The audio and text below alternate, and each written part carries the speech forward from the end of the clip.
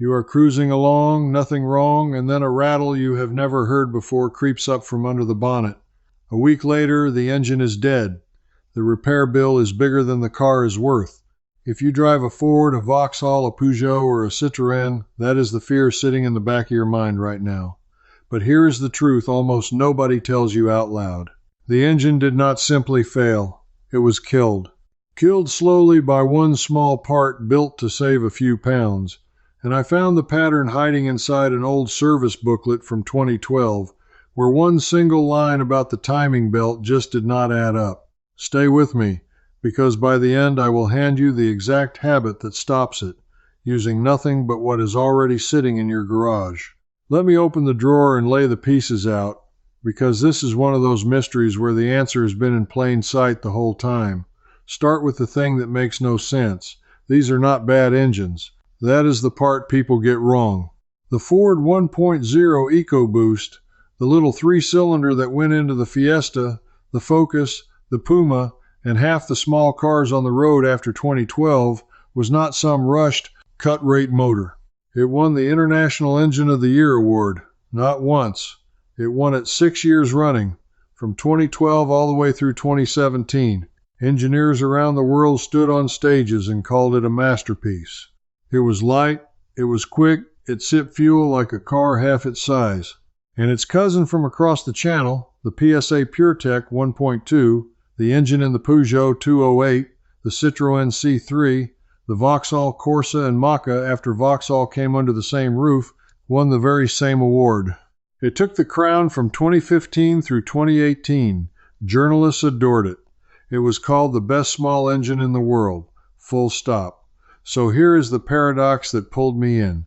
How does the most awarded small engine of its entire generation end up as one of the most feared engines to own today? How does a motor that won 6 trophies become the one that mechanics wince at when it rolls into the shop? Something happened between the trophy and the tow truck. And when I started reading the old service schedules side by side, I realized the failure was not hiding in the engine at all. It was hiding in the oil, because both of these engines, the Ford and the PSA, share one unusual design choice. And once you understand it, you cannot unsee it in every failure story you read. Most timing belts in history lived on the dry outside of the engine, tucked behind a plastic cover, spinning in fresh air. You could see them, you could change them. My old workshop manuals from the 1980s treat that belt as a simple service item, swapped every so many years like a pair of boots. But these newer engines did something different. They took the timing belt and they moved it inside the engine, and they let it run soaked in engine oil. In the trade they call it a wet belt, belt and oil. And on paper it was clever. Running the belt in oil is quieter. It cuts friction a hair. It squeezes out another tiny sliver of fuel economy, which is exactly the kind of number that wins awards and passes emissions tests.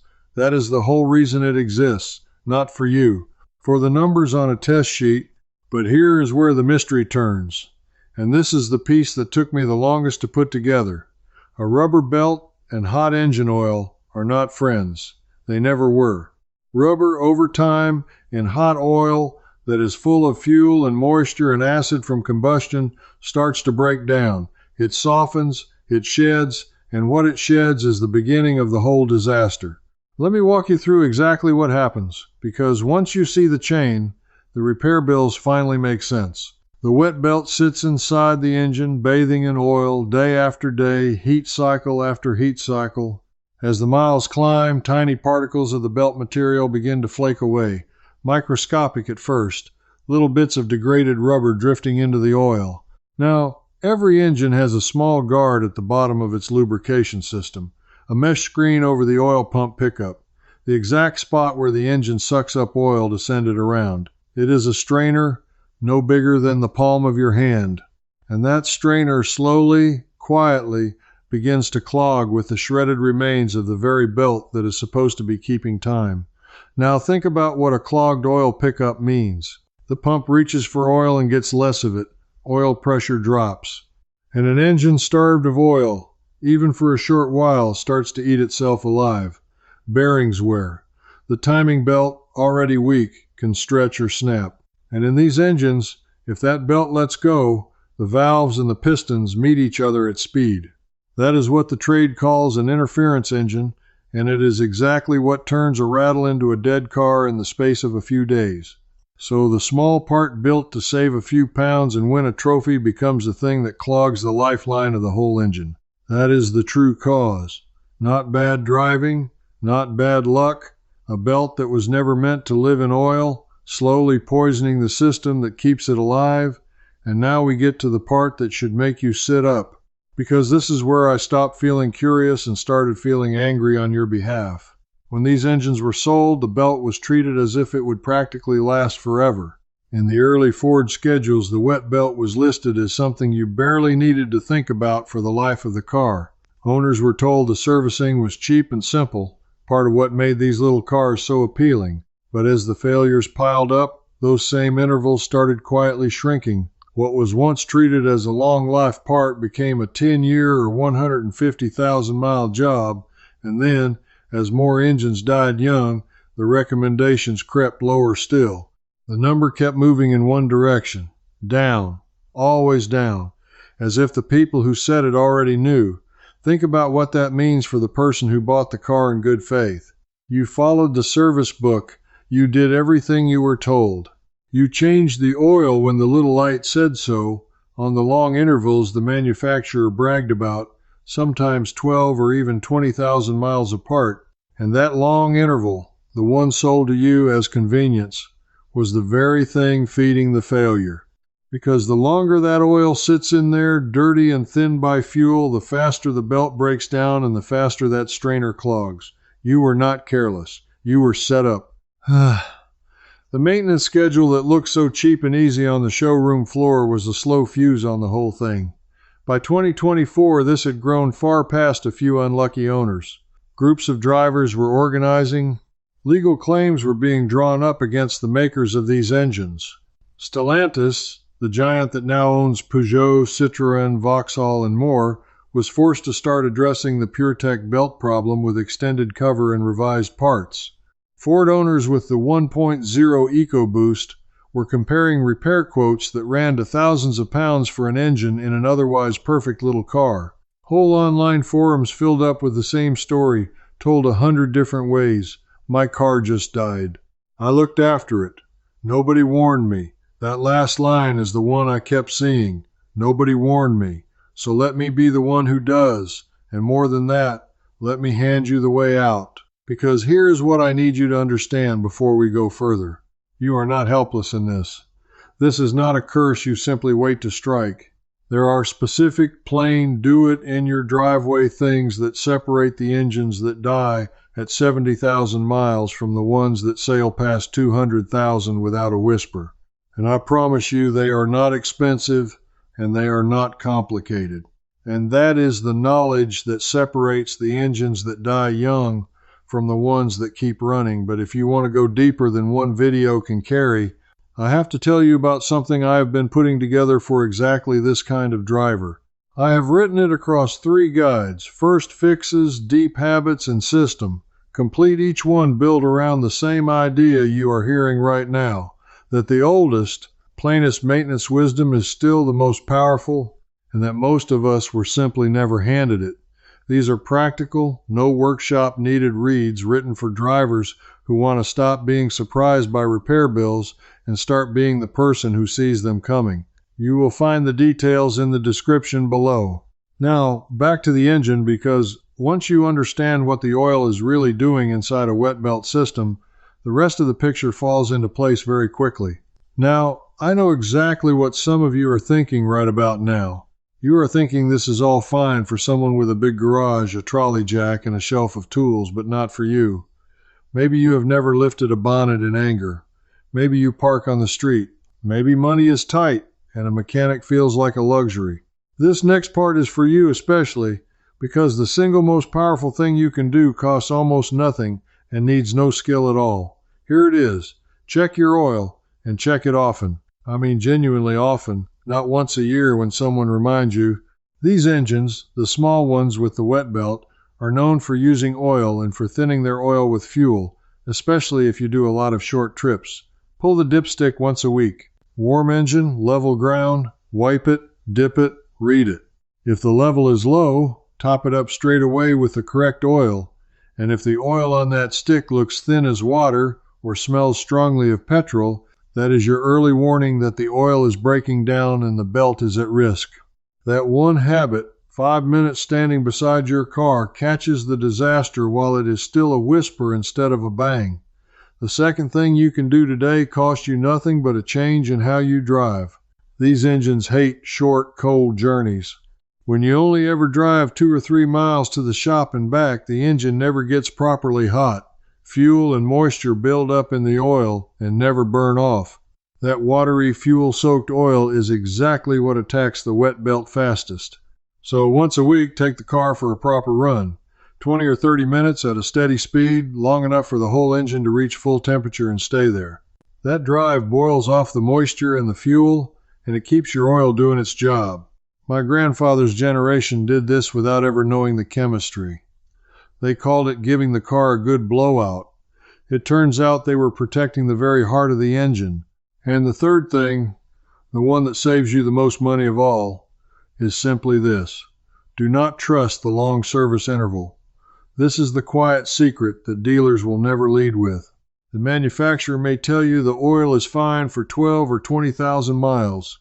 On an engine with a wet belt, that number is playing with fire. Cut it roughly in half. Change that oil, or have it changed, every 6,000 to 7,000 miles at the very most.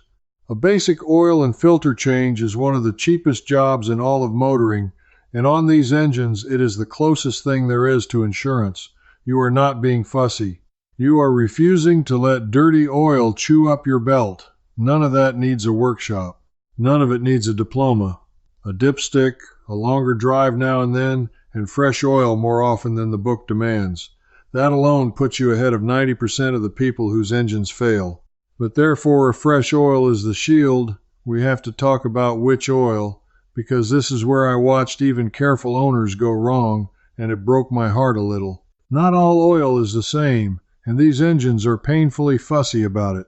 The wet belt is not just soaking in any old oil, it is soaking in a very particular kind, and if you pour in the wrong stuff, you can actually speed the belt's destruction while thinking you are helping it. The Ford 1.0 EcoBoost calls for a specific low-ash oil built to Ford's own standard, the kind of thin, 5-weight, 20-grade oil designed to flow instantly and protect a hot little engine. The PSA PureTech is even pickier, demanding a particular low SAPS oil to its own strict specification. Low SAPS simply means low in the ash-forming additives that, in these engines, can make deposits worse and can be harsher on the belt material over time. So when a quick oil place shrugs and pours in a generic 530 because it is what is on the shelf, they may have just handed your belt a shorter life. The lesson from the archive of failures is brutally clear. Use only the exact oil specification the maker lists for your engine. No substitutes, no close enoughs. Write it down. Keep it in the glove box. Hand it to whoever services your car, and do not let them talk you out of it. That one detail, the right oil to the right standard, is worth more than any additive or gadget anyone will ever try to sell you. And here is the layer underneath that, the thing that turned the whole picture for me. It is not really the belt that kills these engines. It is what the belt leaves behind. Remember that little strainer over the oil pickup. That is the true choke point. You can fit a brand new belt and still lose the engine if the pickup is already half clogged with the debris of the old one. That is why so many people are shocked when their car dies not long after a service. The belt looked fine, but the graveyard of old belt particles was already sitting at the bottom of the engine, waiting. So the smarter owners and the sharper independent mechanics have started doing something the official schedules barely mention. When they change that wet belt, they also drop the sump and clean out or replace the oil pickup strainer at the same time. They flush away the buried debris so the new belt is not feeding a system that is already clogged. It costs a little more labor on the day. It costs a whole engine if you skip it. And on these engines, the wise move is to change that belt far earlier than the sinking official numbers suggest. Not at 150,000 miles. Many who have watched these engines closely will not let a wet belt run past about 60,000 to 70,000 miles because they have seen with their own eyes what the belt looks like by then. Soft, frayed, shedding, a quiet snowstorm of rubber falling into the oil. Now let me bring you to the part I have been holding back, the oldest piece of this puzzle, and the one that ties every thread together. Because when I sat with all of this, the awards, the wet belt, the clog strainer, the shrinking intervals, I kept feeling that I had seen this lesson before, and I had, not in a modern manual. In the old ones, I have a shelf of motoring handbooks going back to the middle of the last century, the kind of little cloth-bound guides that came free with a new car and told the owner how to care for it.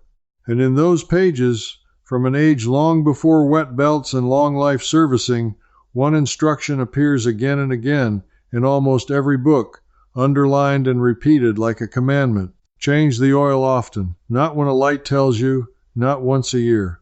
Often. Some of those old handbooks call for fresh oil every 1,000 or 2,000 miles.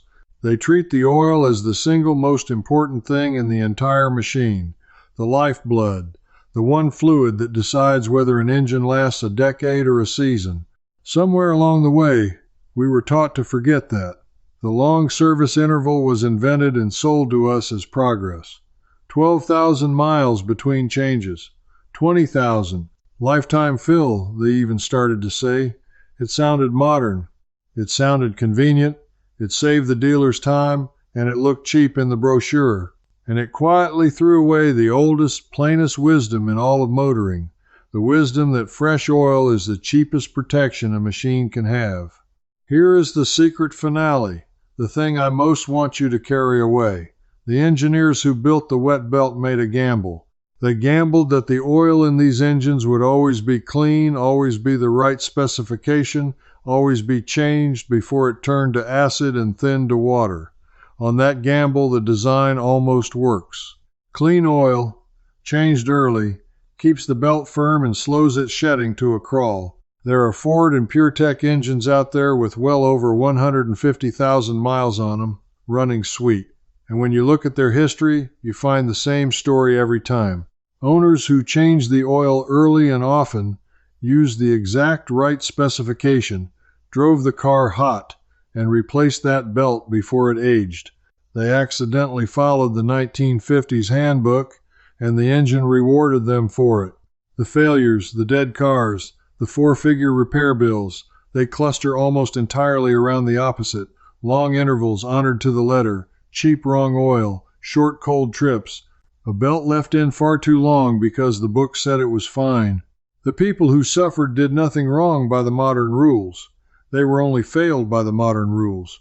So the method I am handing you is not new at all. It is the oldest one there is, pulled straight out of those old handbooks and pointed at a modern problem. Change the oil at roughly half the interval, you are told.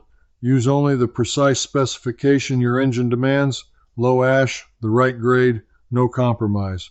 Drive the car hot for a good half hour every week to boil the fuel and water out of that oil. Check the level with the dipstick once a week and act the moment it looks thin or smells of petrol.